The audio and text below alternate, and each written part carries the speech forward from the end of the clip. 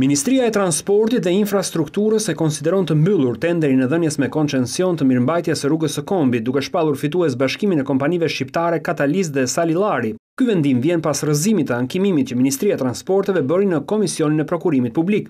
Fillimisht, Ministria e Transporteve shpalli fitues të koncesionit mirëmbajtjes së aksit Milot Morin kompaninë turke Vendeka Bilgi. Në Komisionin e Prokurimit Publik u bë një ankesë nga kompanitë shqiptare Catalist dhe Salilari. Ato pretendonin se ishin skualifikuar padrejtësisht nga gara. Pas shqyrtimit të ankesës, Komisioni i Prokurimit Publik u dha të drejtë dhe e përmbysi tenderin duke rrëzuar kompaninë turke dhe shpallur fituese kompanitë shqiptare. Këtë lëvizje të KBP se ankimoi vetë Ministria e Transporteve, por me vendimin e fundit ajo ka rrëzuar pretendimet e bëra.